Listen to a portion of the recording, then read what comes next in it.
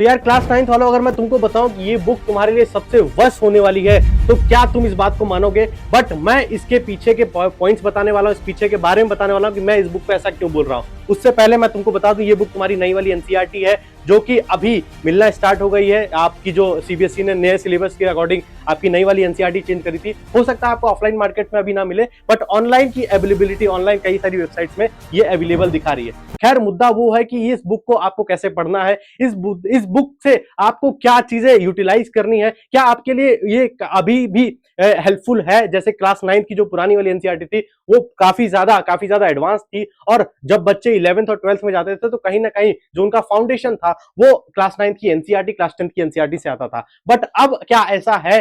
कुछ चीजें इसमें डिसएडवांटेज वाली है, कुछ पॉइंट्स हैं जो कि इसके लिए नेगेटिव है, कुछ पॉइंट्स हैं कि हाँ यहाँ पर पॉजिटिव भी है। तो वो दोनों पॉइंट्स को आज हम लोग मिलाकर डिस्कस करने वाले हैं। उससे पहले मैं अपना नाम बता दूं, मेरा नाम है आर्यन सिंह, मैं हूं आईटी पटना से। लोग मुझे आर्यन भैया बोलते हैं। मैं इस चैनल पर तुम बच्चों को 9th और 10th वालों को साइंस पढ़ाता हूं, साइंस के कंटेंट देता हूं और बहुत सारी इंफॉर्मेशन कंटेंट देता हूं, बहुत सारी तड़कती भड़कती चीजें देता हूं। तो मेक श्योर अगर आप इस चैनल पर नए हो तो चैनल को एक बार सब्सक्राइब जरूर करके रखना।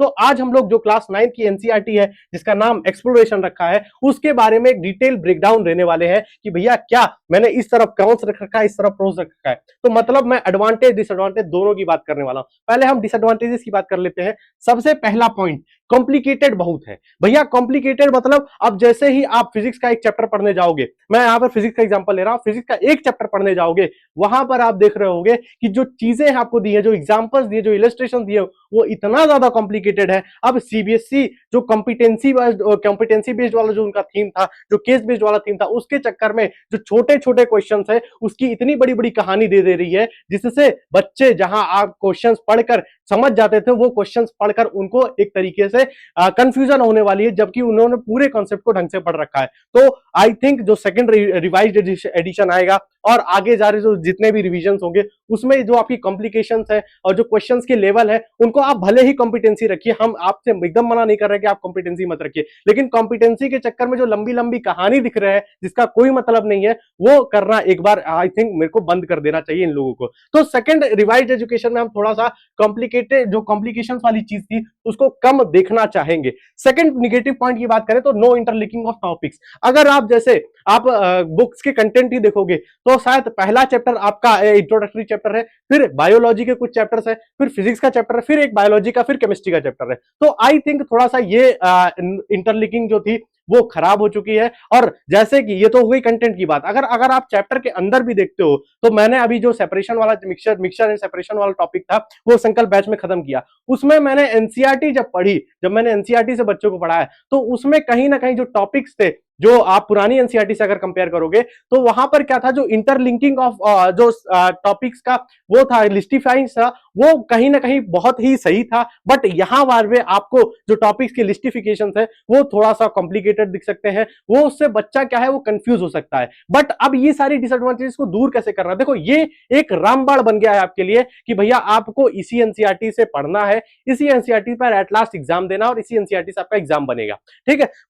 बट आपको ये कॉम्प्लिकेशंस, आपको जो ये डिसएडवांटेजेस को दूर कैसे करना, उसकी बात भी हम लोग करने वाले हैं। तीसरे पॉइंट की बात करें तो टॉपिक्स की लिस्टिंग है, जो टॉपिक्स के लिस्टिंग जो मैंने बताया वो बहुत ही गलत है। टॉपिक्स चैप्टर के अंदर, चैप्टर के बाहर की भी बात करें, चैप्टर के अंदर की बात करें, जो कॉन्सेप्ट्स आपके लिस्टिफाइड है वो एक अच्छे मैनर में लिस्टिफाइड नहीं है, जिससे जो बच्चा पहले अगर कहीं से पुराने या कहीं से रेफरेंस किताब से पढ़ता है तो आई थिंक वो थोड़ा सा कंफ्यूज हो सकता है। तो मेरे को ये लगता है कि जो 9th की आपकी सेकंड एडिशन आएगी या थर्ड एडिशन, रिवाइज्ड एडिशन आएगी, उसमें ये सारी चीजें आपको चेंजेस देखने को मिल सकते हैं। बट इसके साथ साथ कुछ एडवांटेजेस भी हैं, बट डिसएडवांटेज को कैसे दूर करना पहले वो बता देता हूं।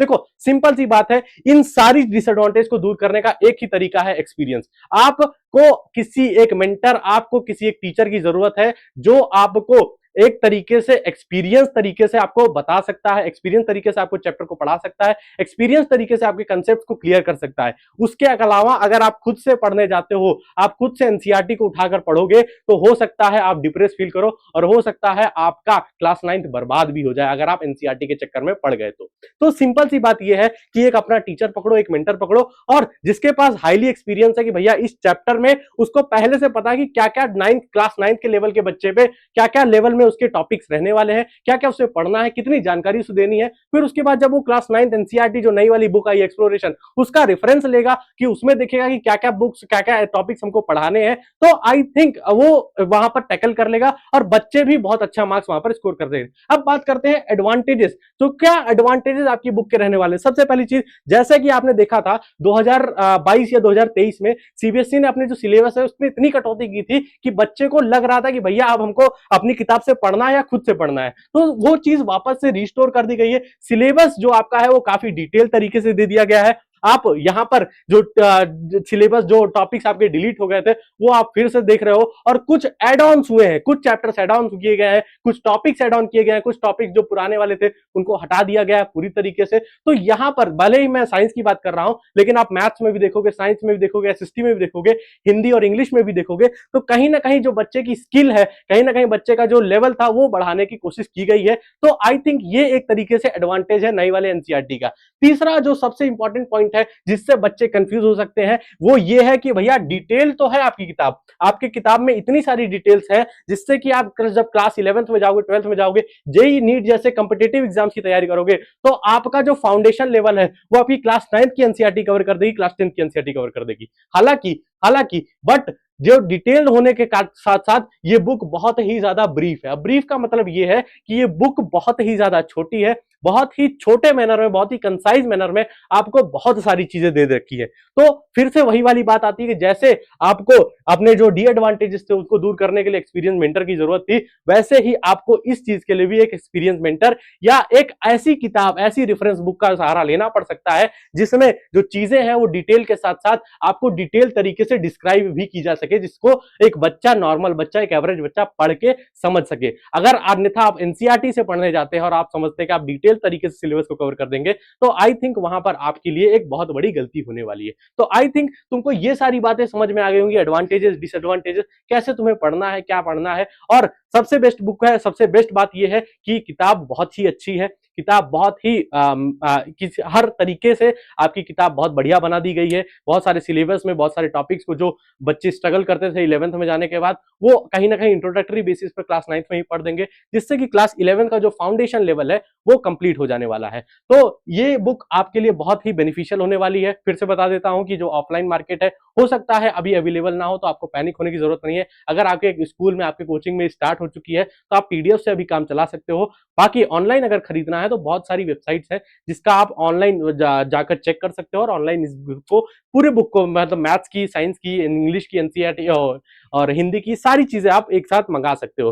बाकी मिलते हैं नेक्स्ट वीडियो में, तब तक के लिए आप अपना ध्यान रख रहे हो। और इस बुक को रिलेटिवली आपको बहुत अच्छे से पढ़ना है। साथ ही साथ अगर आप संकल्प बैच में अभी नहीं हो, संकल्प बैच में बता देता हूँ, क्लास 9th वालों के लिए फ्री बैच है, जिसमें हम नई एनसीईआरटी के अकॉर्डिंग क्लास हिंदी, चाहे आपका मैथ्स हो, चाहे आपका साइंस हो, चाहे आपका एसएसटी हो, इंग्लिश हो, हिंदी हो, सारा सिलेबस फिर से आपको एक तरीके से 2026 वाले एडिशन पे आपको करवाया जा रहा है, नए एनसीईआरटी के हिसाब से करवाया जा रहा है। तो एक बार जाकर वहां पर चेक करो, चैनल पर पूरी प्लेलिस्ट बनी हुई है, फ्री ऑफ कॉस्ट है, आप जाकर वहां पर एक्सेस कर सकते हो। अगर बाकी सारी चीजें अच्छी लगी आपको, वहां पे लेक्चर्स अच्छे लगे हो, तो चैनल को एक बार सब्सक्राइब करना। इस वीडियो में अगर आपको कुछ हेल्पफुल लगा हो तो इस वीडियो को एक बार लाइक जरूर करना। कमेंट में जरूर बताना कि आपको, अगर ये बुक आप तक पहुंच चुकी है तो आपको कैसा लग रहा है, क्या पढ़ के आपको क्या फील आ रहा है। बाकी अगर किसी को कोई डाउट भी रहता है तो एक बार कमेंट सेक्शन में जरूर बताना। मिलते हैं नेक्स्ट वीडियो में नेक्स्ट टॉपिक के साथ, तब तक के लिए ध्यान रखो।